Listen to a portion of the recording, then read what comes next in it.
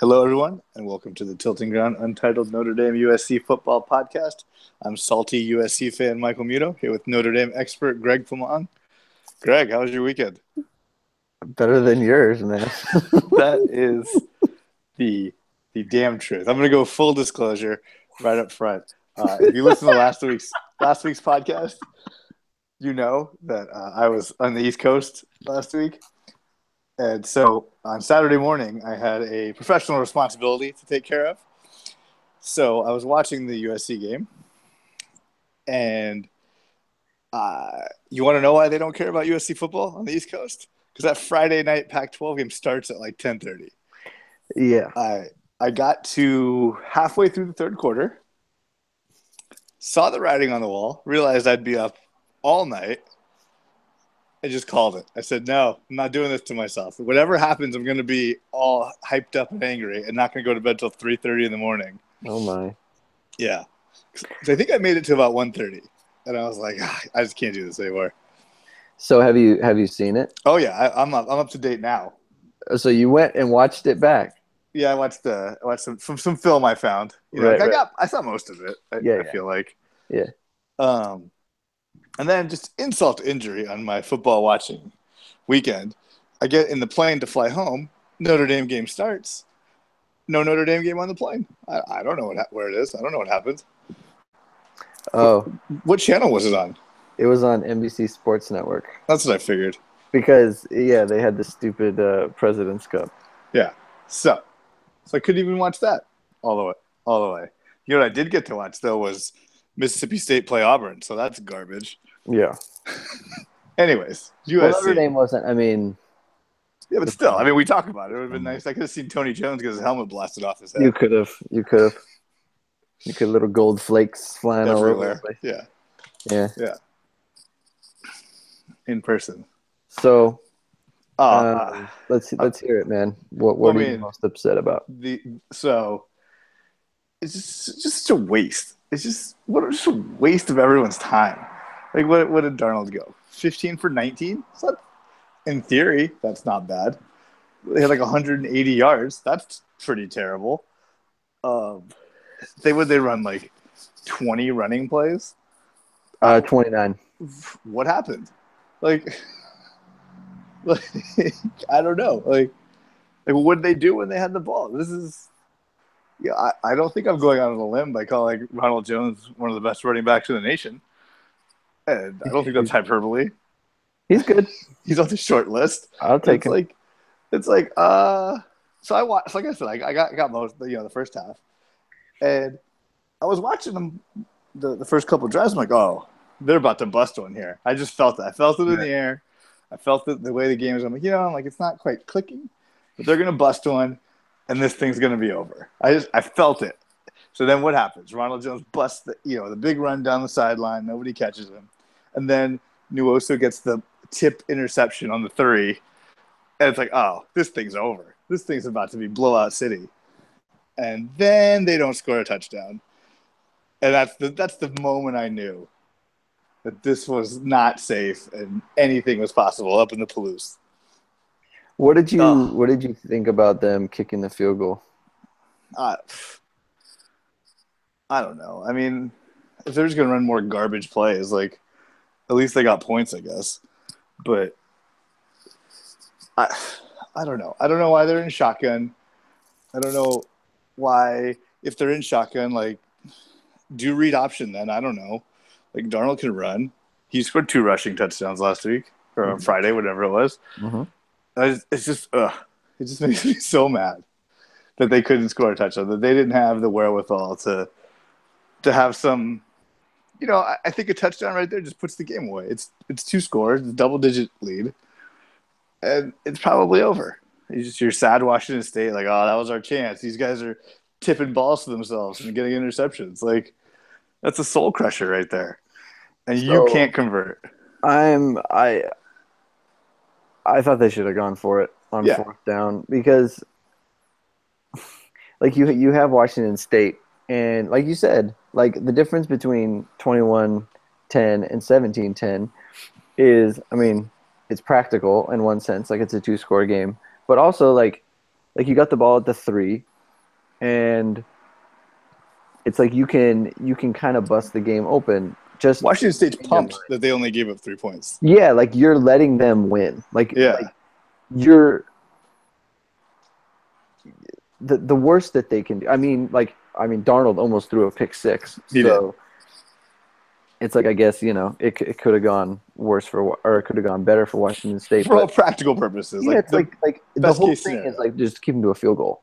Yeah. And it's like you're gonna kick from the one when it's like if you go for it and don't get it, it's like you're making them drive the whole field.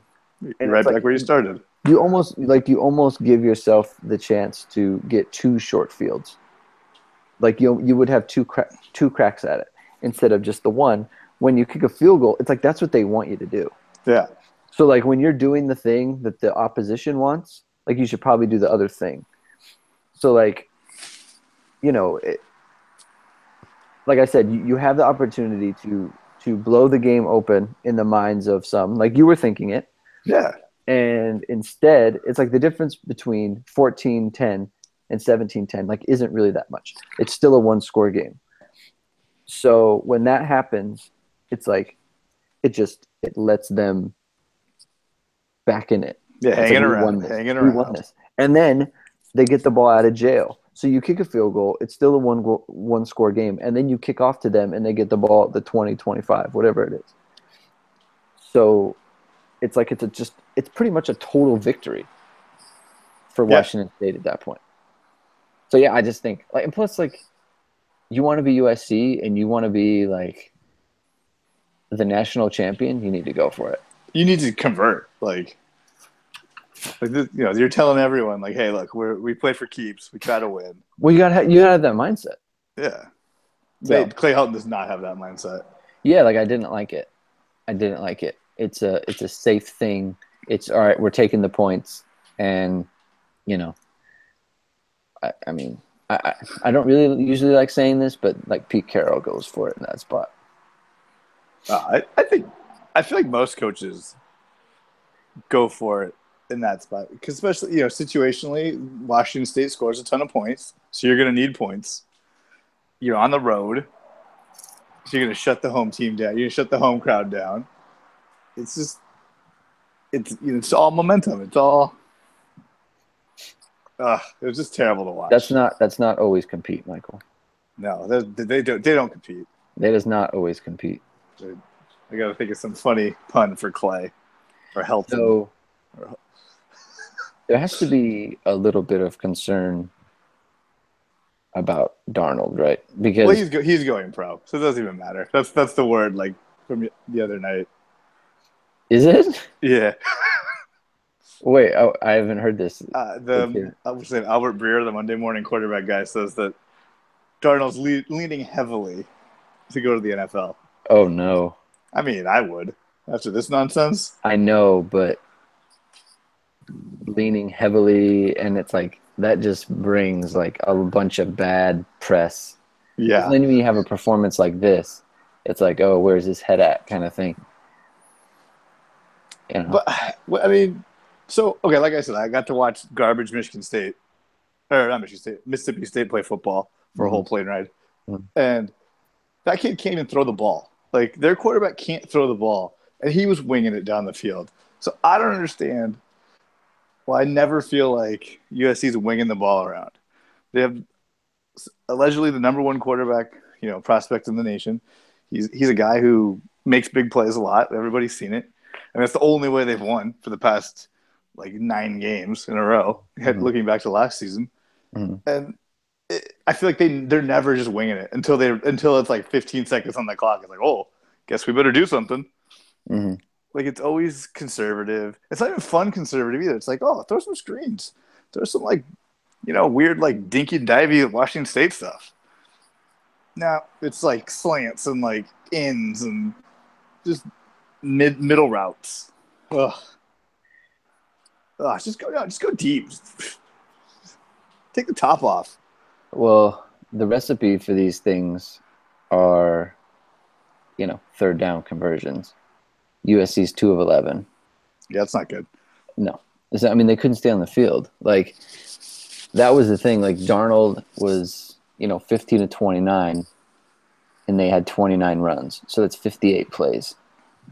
Yeah. And I think Washington State had like 81. Yeah, they're in the low 80s, and Yeah, so I mean, it's like you're never on the field, and so you can't, when you don't get your third downs, it just means like you can't. There's less plays that you're running to get into a rhythm, and then every time you don't convert a third down, it's like like we're just trying to get just trying to get a first down at some point. So, and that's how it happens. And then, I mean, Washington State, I mean, they were wearing out the flats like all night. yeah, I mean, it was just a huge problem. And, they get these guys in space and they're, you're missing tackles. I mean, thank goodness that Washington State dropped a bunch of passes, because if they didn't, this would have been a lot worse. definitely. So, like there's that situation where it's like now every team kind of sees like, okay, we can hurt these guys horizontally a little bit. So, It's worrisome. Yeah. I mean, I was thinking about it today. Like there's, I mean, because you had to feel like even though like you were super confident the whole season, like SC has been trying to lose for a few weeks now. Years. I mean, yeah, like it goes back to last year. Right. I mean, yeah. So they've been trying to lose games, and they were tied in the fourth quarter of week 1. They were, I mean, for all intents and purposes, they lost to Texas. I mean, not for all intents and purposes, but they were beaten. Right. And then Darnold came up with some stuff. You're tied. Cal's close for a long time. You're tied with Cal with a low score at 13. You got some turnovers in that game. And then in this one, you just go outright and lose. And now the injuries are piling up. Yep. And like we talked about the bye week thing, but that's really going to be a problem now. It's going to be a problem now, but it's like you don't really have that excuse, because it's not like a bunch of teams have byes by this point. Like Notre Dame hasn't had their bye. But yeah, now it's like, people are getting hurt, and you're not going to have time to get those people healthy. And I don't know. I mean, I was thinking about it. Like, there's kind of more evidence that Notre Dame is good than USC is good. They're probably going to be right around the same number in the polls when they play each other. I mean, all of a sudden that matchup is super competitive. I mean, I'm happy in my mind. Notre Dame can't throw. I mean, I didn't get to see the game, but I saw Josh Allen was running all over people. Brandon Wimbush had a couple. Josh Adams, yes, not Josh Allen. No, when we get to Notre Dame, Brandon Wimbush, he could not throw the ball. So I mean, that's the only thing because Stanford can't throw either. That's the one team USC beat. Yeah, like the way Washington State beat USC, Notre Dame will not beat them in that way. That is not going to happen. But no, it's just so upsetting. Like, and then you got to hear all game long about how this undersized defensive line. It's like, well, then you use your running back to just run right through him. He's big now. He's over 200 pounds. Yeah, he's the Whataburger. I had to hear all about that. It's like, and I got to hear all about how what's his name, Chris Brown, and he's a mauler. That was all I heard going to the Texas game. Well, 250-pound Hercules, whatever his name is, just run him over. Shouldn't be a problem. Mm-hmm. Nope. Get a tight end in motion back there. Run a trap. I don't know. Just have Ronald Jones run right behind him. Do power like Stanford does all game. Like, there's just no way that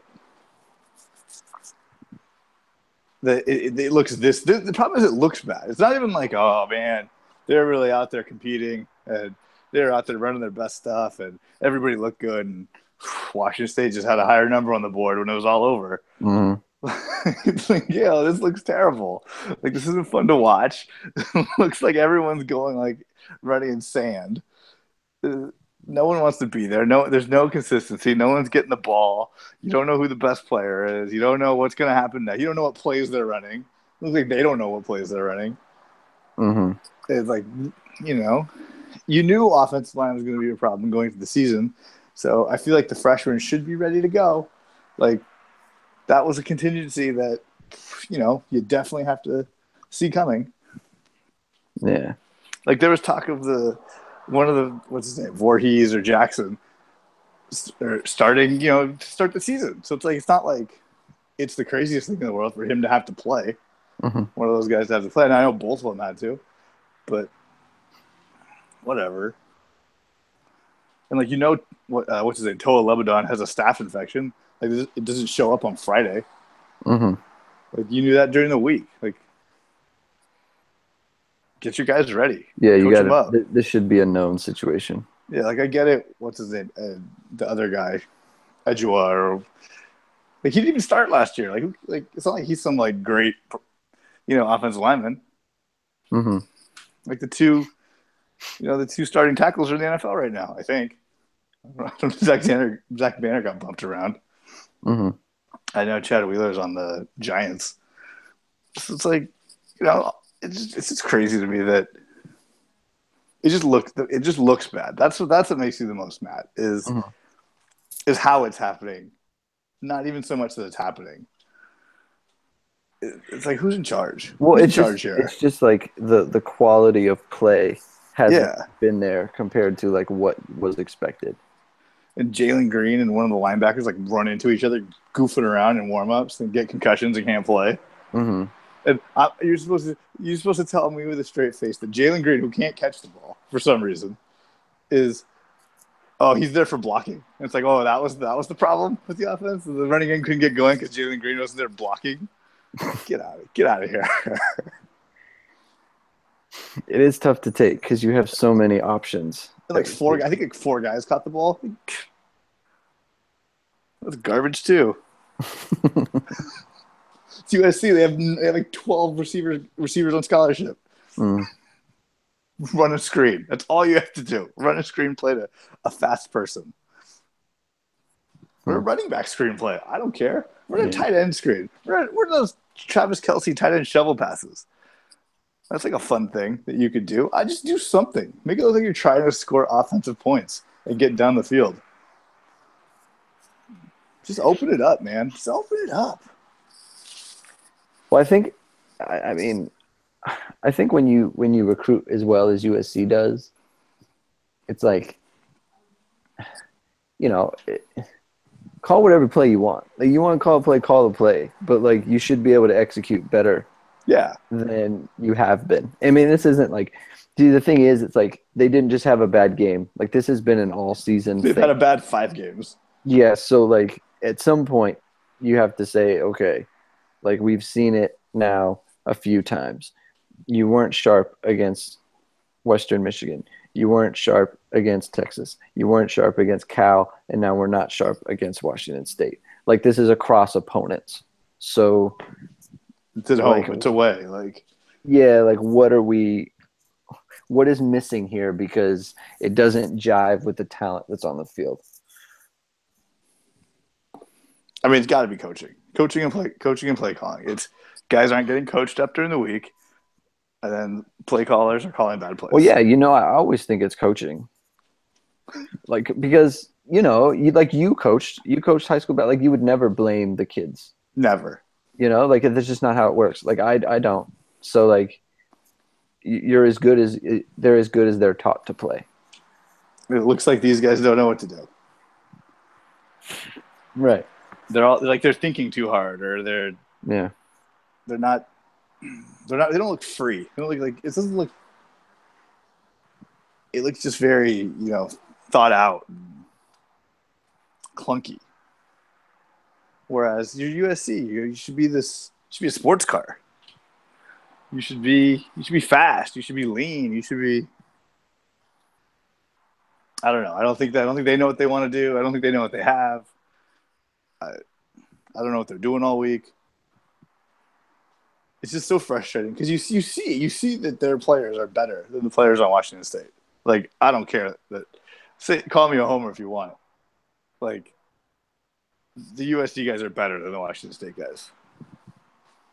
Yeah, I mean, like, look, I don't. I don't want to get into the whole recruiting ranking thing, but I think it's like USC's in the last 4 years is like a top 6 average, and Washington State's like a top 49 average. I'll put it like this. I'll put it like this. Trade schools. You know what I mean? Like give the opposing coaches the players from the opposing school, and like what's the score of this game? You know what I mean? It's like 1,000,000 to 4. Right. Like Mike Leach would love to have. Like any that's of kind the of USC receivers and Ronald Jones and Stephen Carr. that's kind of how I look at it when I'm evaluating like whether or not I feel like a coach was out coached or something. I just kind of say like, okay, what would happen if we changed the teams around? Like, what coach do I think would do better in that situation? And I mean, it just kind of seems like the answer is pretty obvious in this one. Yeah. So, Well, I mean, Mike Leach doesn't think that Sam Darnold's an NFL talent. So, yeah, I don't know. Maybe he disagrees with us. maybe if he was coaching him. Yeah, it's true. That's actually might be the problem. It just makes you so mad because the defense seems like fine-ish. Like they don't seem great, but they were in bad spots all night. They make plays when they have to. Like 30 points against Washington State on the road. Like that's fine.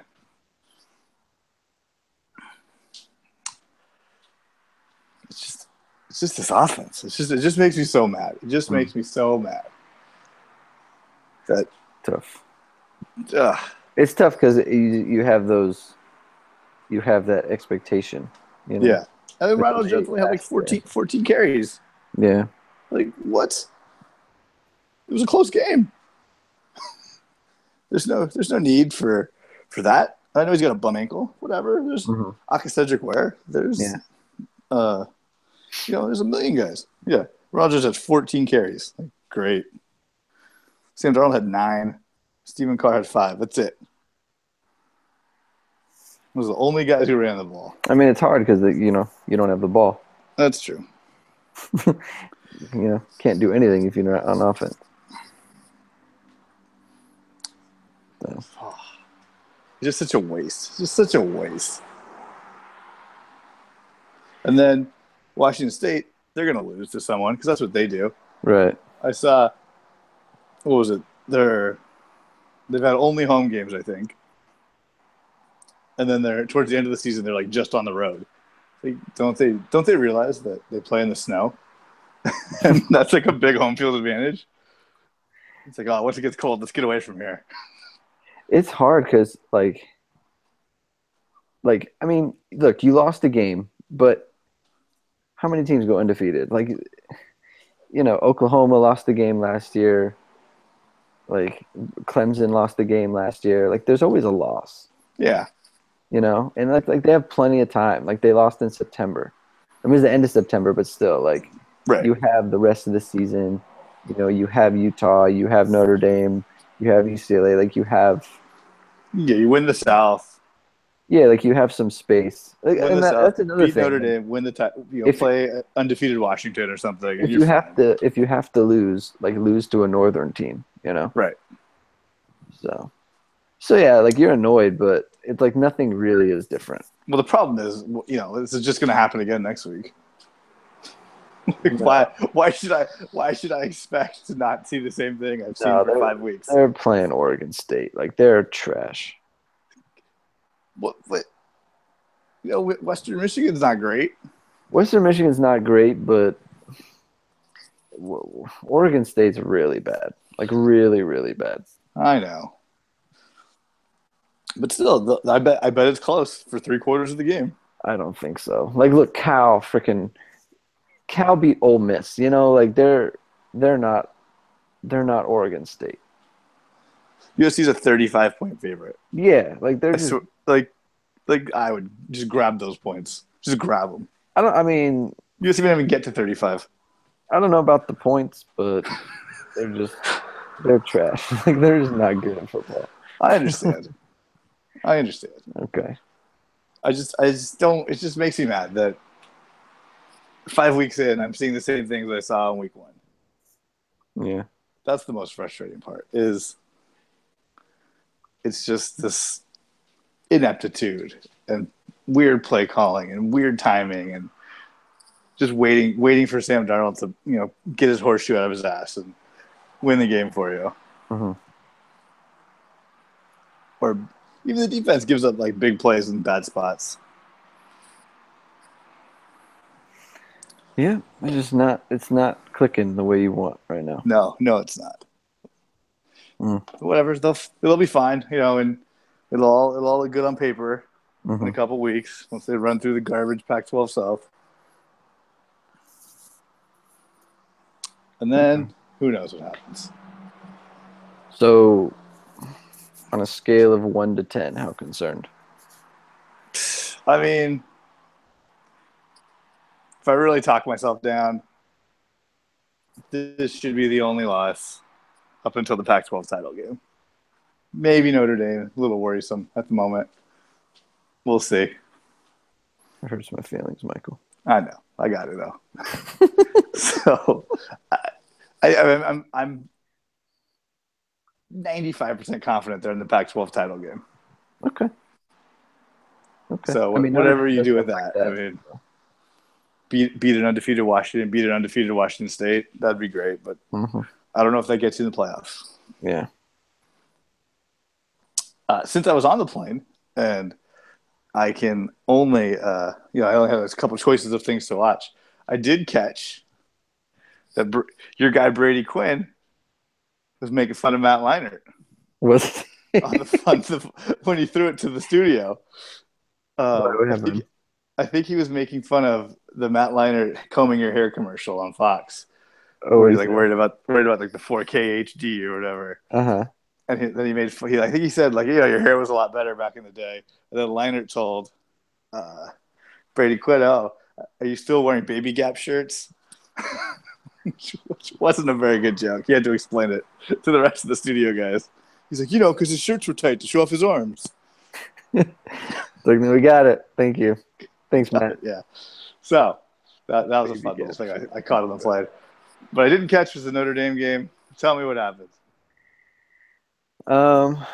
Well, they dominated.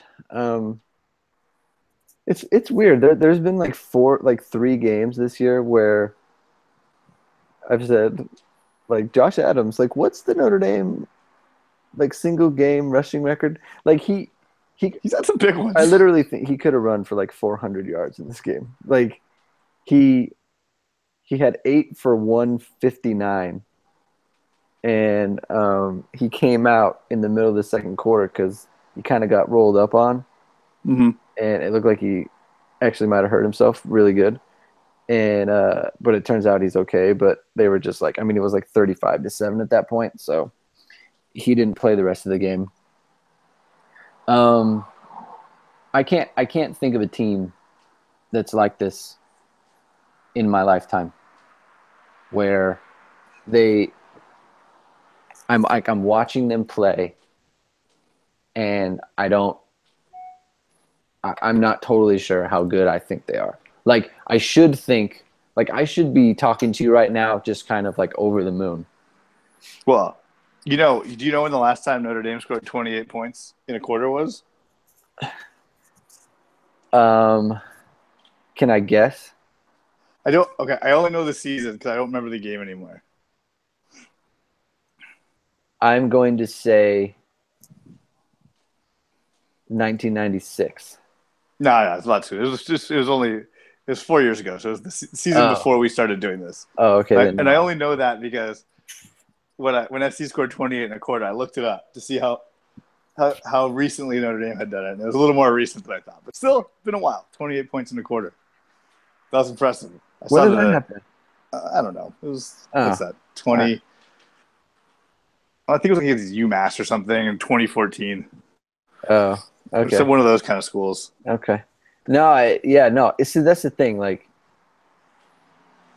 I watch them and they run the ball. It's still like, okay, the first drive, they had 3 touchdown plays called in their first 4. So the first play of the game, they ran a post to Cam Smith, who's like 5 yards wide open. And Wimbush underthrows him. So it's like the defensive back has time to get back. And I don't know if he broke it up or as much as like Cam Smith just kind of dropped it, but it was incomplete. On the second play, Josh Adams scored. And then they got interception, and they ran a play after the interception, and then they had a wheel route to Adams, who was wide open, and Brandon Wimbush overthrew him. And that was just kind of like the thing. Like Notre Dame, it was the most. I can't remember the last time I watched Notre Dame play and I was like, this is a scrimmage. Like, this is literally just like they're trying stuff out. Like, they were throwing the ball. Yeah, I saw a bunch of names in the receiving column throughout the day. They were clearly just running plays, trying to see what Brandon Wimbush would be comfortable with. Because they would, throw the ball, and he would look terrible. And then on the next drive, it's like, okay, we'll run it. And then they would score a touchdown, like right away. And I can't remember a time when I was like, I don't know if this offense is good. And like they're putting up, like they have like 35 points at halftime. And they end up with 52 points. And I'm like, I just don't, I don't know. How good at 52 is it? And not just that, like they're running, like they're, 7th in the nation in rushing, like 300 yards a game. Yeah, it's wild. They average 7.1 yards a carry. And like you said, like this is the 4th game now that they've done this. And I know, like, Miami of Ohio, whatever, but, like, Boston College doesn't just get run on like that. And neither does Michigan State. I mean, it's everybody. Yeah, they're just crushing teams. And obviously not Georgia, who looks like, the reincarnation of, like, the 85 Bears at this point, freaking shutting out Tennessee on the road. My goodness. I mean, Notre Dame might have lost by 1 point at home to like the greatest thing since like the '93 Florida State Seminoles. Defense nobody can touch. Yeah, just like no points. Like last 3 weeks, they've won 72-3. Jesus. So they look unbelievable. But like Brandon Wimbush, like he can't right now. He's. You can see him thinking. He's not reacting to anything. He's just thinking. Like, he gets it, and he's scanning around, and when he throws the ball, like, he's kind of aiming it. He doesn't know when to put touch on it. He doesn't know how much touch to put on it. He doesn't really know where the ball should go. Like, he's panicking in the pocket. Like, he had so much time to find people, and he doesn't – I mean, the thing of what makes a great quarterback or in a great passing game is that the quarterback knows where the ball needs to go, and then is able to deliver the ball where it needs to go. And he just doesn't. He doesn't know that right now. He's lost. And I'd like to think that he could get better at this. It's kind of weird to me that we're even in this situation because yes, he's a first-time starter. But he's been in the program for 3 years, right? Yeah, like this is 3rd year. Like, and I understand it's a new offense and everything. It's not that new. Like, he's not like I've seen people just pick up offenses before. He doesn't know where to go.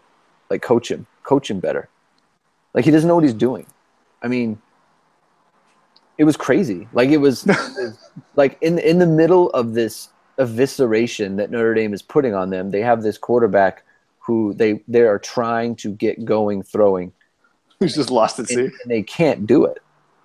They can't do it. But then it's like he's going to rush for like 1,000 yards this year and score like 20 touchdowns. 20 touchdowns. Like he's going to break the Notre Dame so touchdown record probably. And like this is what it was like in the late 80s when Tony Rice like couldn't throw. He could barely throw. That was run. It's cool. And Notre Dame was just beating everyone. And it's weird how like you go on message boards and fans are like, like they need to bring in the backup. And it's like, dude, they're going to run for like 3,600 yards this year and score 50 rushing touchdowns. Like, It's why would crazy. you want to change stuff? Like, why do you want to do that? Like, they just scored 52 points. It's like, Rushing, just running the ball. yeah, it's like we need to. Well, he threw for 3 touchdowns. That's true. But That's the thing. Like, the guy is like 7 of 18 or whatever, 3 touchdown passes. And, it's like, it is weird. It's weird that they can't throw. It's weird that when he drops back, we feel like he can't do anything.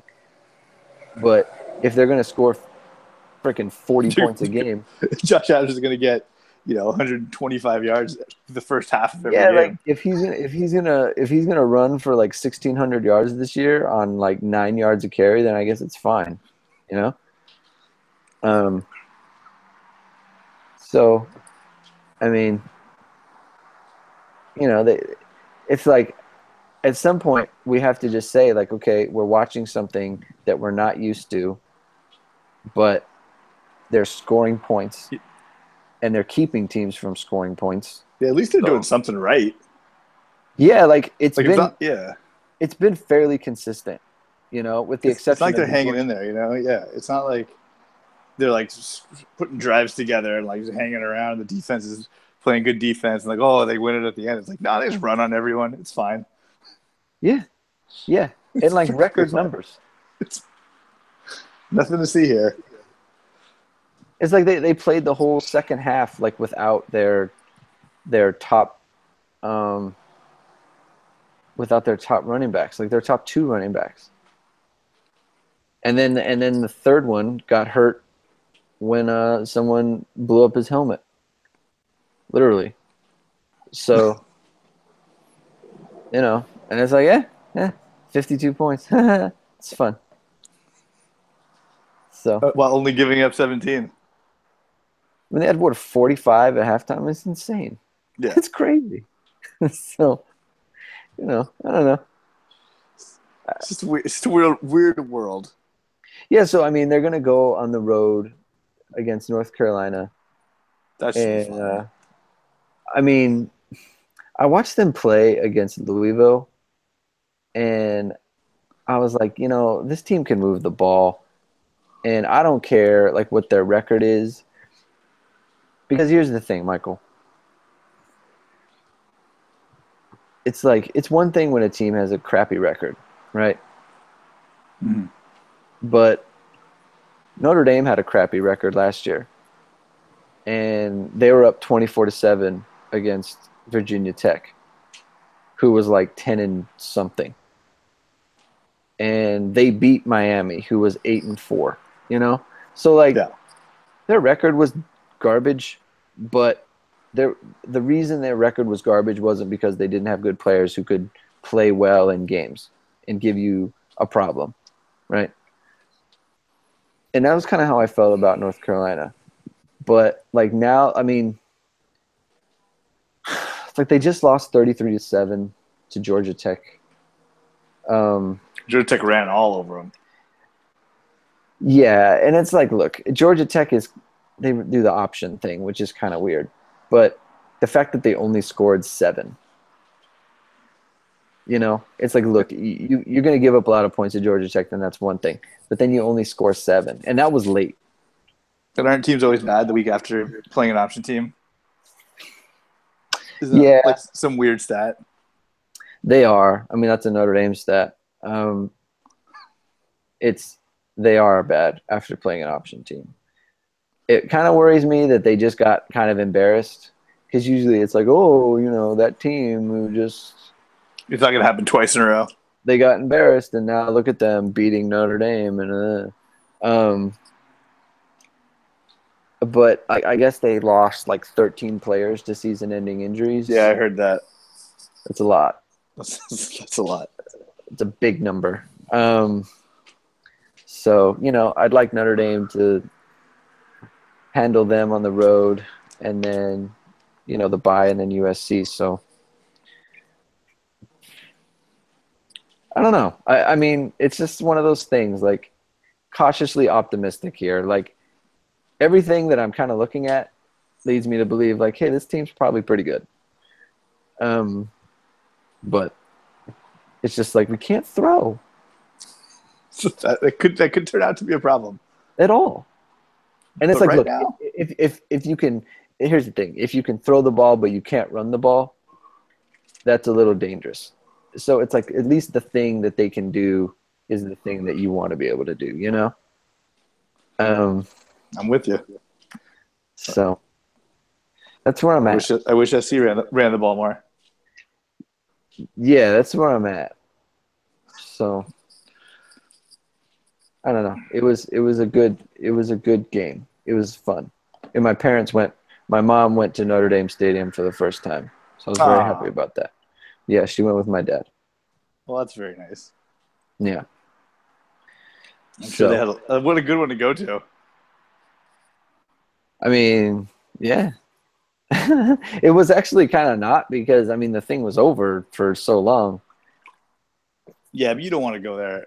Like, you either want like game of the century where they win, or like a blowout. You don't want like anything in between. Well, nothing's like going with me, so I go. If you go, you need a blowout. I feel like if I have to go with football game with you, You know me. I have a problem. yeah. That I need to see like a professional about. Like I was I was so we went to my in-laws to watch the game, and I was sitting with my father-in-law, and it was like 45-14 or whatever the score was, and Nick Watkins got beat for the fourth time on a jump ball, and I was so angry and annoyed. And it's like it's 45-14, you know. Doesn't matter. Notre Dame is not in trouble in this situation, but I was so upset. Got to get your reps, man. You can't let the same things happen over and over again. And he was telling me, he's like, we got to get you over here for like the USC game. And I no, like that is not a good idea. No. Like there will be that's a private one. Like yeah, there will be cursing for that matchup. Like that's one that like I should just probably watch away from like family and friends. Like let me just sit in the garage by myself with the door closed and just let me scream and enjoy my self-loathing to my lonesome. Well, now that USC lost, I don't know how I'm going to handle these games. Well, see, the problem is like now you lose that cloak of invincibility. Yeah. It's like, oh man, like the wheels have come off. Yeah, like you've already shown to me that you're ready to lose games. So, I'm gonna lose it. There will be Clay Helton yelling. There will be T. Martin yelling. I mean, you have a problem when you are complaining about things that happen in like 31-point games. Like late. And I'm just, why doesn't he turn around? Like he keeps doing this. What are you doing? Just turn the other way. Pin him on your hip. Like, I have a problem. It's okay.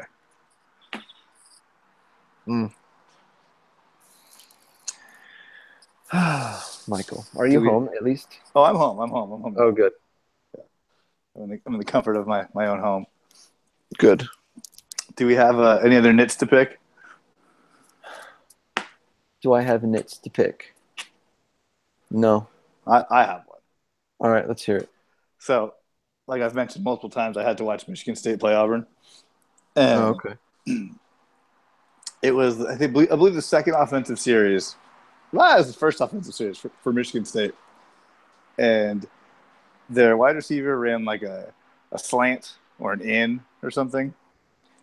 And the corner, he was man coverage with safety help behind him. and the safety's behind the play. The quarterback, throws a bullet just off the guy's hands. And you see, the safety can see this because the play is in front of him. and it hits him in the hands, and the ball like kicks off funny the other way. The safety takes at least one step, possibly. I'm pretty sure two, but at least I'll give him some benefit of the doubt. At least one step towards the receiver, lowers his shoulder, and blasts it. But the receiver kind of falls down, so he doesn't really lay the boom on him. Mm-hmm.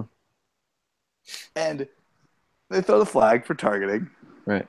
Which obviously, but then the whole time they're reviewing it, the announcers are bailing the kid out. Like, oh, I don't know if that's targeting. I mean, does his head really hit the other guy's head? Which, even if it's not targeting, it's a dirty play. Like, the safety clearly saw the ball not be caught and go the other way. Took 2 steps to this guy who's not, who's away from the play now, and just tries to destroy him. Like, come on. I just couldn't believe how they were trying to bail out like the targeting and the dirtiness of this play. It just made me so mad. It was just such an obviously dirty play, and they were trying to clean up around the edges. Like, well, just competing out there, just really trying. There's an epidemic going on in the United States right now, and it involves people who broadcast the games for our favorite sport. We need better options. Because I got Doug Flutie every weekend, man, and I gotta say, it's unconscionable. This guy, I mean, he's like rooting for, like, he was begging, like, Chase Claypool gets a touchdown, and Flutie's just begging for them to challenge it. I mean, it's just like it's like he comes down and he catches it, and it's like, whoa, we got a little bobble at the end there. Well, are they going to review it? I don't know if they're going to review it. Like, are they going to review it? Like, they're lining up for the field goal, for the extra point, and then they snap it. And he's like, I guess they're not going to review it. Like, dude, like, come what on. are you talking about, man? It's like the only thing, like, the only time he's ever useful is when, like, Brandon Wimbush doesn't know what he's doing. And so then Doug Flutie can talk about, like, yeah, like, see how his foot does this? Well, that makes the ball do this. It's like, that's actually very helpful. But then when he's, like, explaining to me why Tony Jones getting hit in the helmet and, like, the helmet literally, like, shattering. It's a confetti everywhere. And it's like, he's, and it's like, well, because he's not launching. It's like, oh my God, this is just too much for me to deal with. He's not launching. Okay. No. Thanks, Douglas. See, he's not a defensive player because he's running, and he's not launching with his head. Yeah, and it's just, like, come on. And it's like, and then Josh Adams on the play that he hurt his ankle or whatever. So, he did the thing where he kind of got bent, and whenever a player with the ball, like, something happens to their leg or something, like the ball, they just drop the ball, right? Mm-hmm. Like, I don't care about this thing in my hands anymore, right? So my knee just exploded. Right. So Adams drops the ball, but he's basically, like, almost on all fours at this point. And Doug Flutie's like, is it out? Is it out before the knee? It's like, dude, he's been down for like 10 minutes now. It's just not. It's substandard. It's so bad. It's so bad. And it's every week. Every week I have to listen to this. And it's like, I just want, what I just want, Mike? I want someone to call the games who knows the team as well as me. It shouldn't be that hard. That's what I want.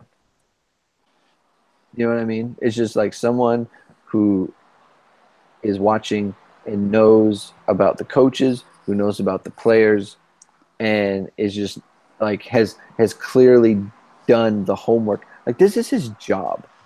Like, and it's an NBC team.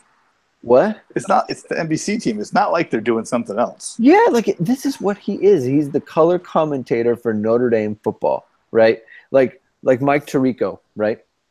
He calls the games. If he doesn't really know about Notre Dame, then I understand that because he's like doing football games and he's doing the President's Cup. Like he is a play-by-play person. Like he's a national play-by-play announcer, Right. right? So I get it. Okay, he doesn't totally know everything. Doug Flutie is color for 6 Notre Dame games a season, or 7, or whatever it is. Like, dude, this team you should know better than you know about anything else. And But nope. I can't get it. And Brian Polian was like a coach for Brian Kelly previous, even though he was not. Like, it just don't. Shout out to Jude on Twitter. He was very upset about that. What was he upset about?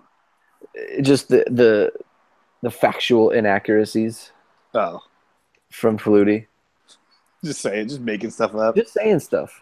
Just talking. You know?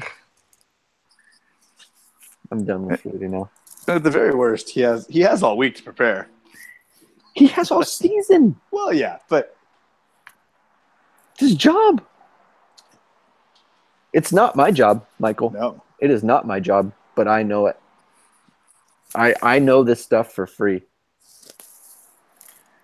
So I guess that's that. I mean, yeah. So Notre Dame's got North Carolina. I think the spread is 14.5. Yeah, I was right around there. I just had it up. So I see 17. you see 17? Yeah, I on my saw on phone. Twitter today it was 14.5. I mean, that's the same as Temple. ESPN says the ESPN app says 17. They don't know anything, Michael. Let's see. I mean, that's fine. I don't know.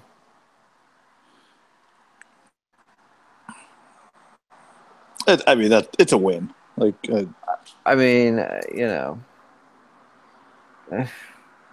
if recent Look at you. history, if recent history wasn't my guide, no, I'll say it's a win. I'll say it's a win. Notre Dame's winning out till SC. Don't you worry. Well, there's only the one game. That's true. But yeah, okay, I'll take it. That'll be the crux of your season right there. You know what's funny? Huh. Is so Kevin Stepherson is back, right? You know how I've talked about him a little bit. So he played in this game, and the first play he was in, they threw him the ball on a screen that got immediately blown up. They are the worst screen team, I swear it. They're so bad at screens. So it got blown up. The second play, they tried to run him deep, and basically like it looked like he didn't know what he was doing, and Brandon Bush didn't look like he knew what he was doing. And I was like, well, you know, he hasn't been playing, right? But then I was thinking, like, well, but he has been playing with, quote unquote, the varsity for the last month, per Brian Kelly. It's like, you should be able to come in and know what to do. So maybe that was part of the team violation that he broke that got him not knowing what to do. Not knowing things. It's like, you don't know things, so you're suspended. So Yeah, I see 17 everywhere since I'm looking. okay. To give the points. I don't care. I'm giving them. Yeah, and USC's 34, 35. That is so much. That's so many points. Yeah. You know what makes me mad is that so many points against Stanford. And that was the second game. So it gave me a false sense of security. And then they slipped right back into this nonsense. Mm-hmm.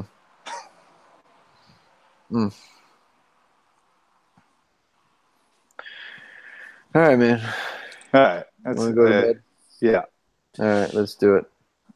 I I got no other fun USC news. Just we're planning the Sam Darnold exit party. follow Greg on Twitter, Greg2126. He's got you. He's got all your updates for you. Interact with him. I haven't looked lately. I was busy. See if the people have been getting at you. Yeah, I support it. I'm Michael Buto on Twitter. Now that the ride's over, maybe I'll start putting some negative Clay Helton tweets out there every now and then. Find us on iTunes. Anywhere you could find a podcast, you could find the Notre Dame USC football podcast. Subscribe, listen. We appreciate it. We do it because we love football. And fight on. Go Irish. All right.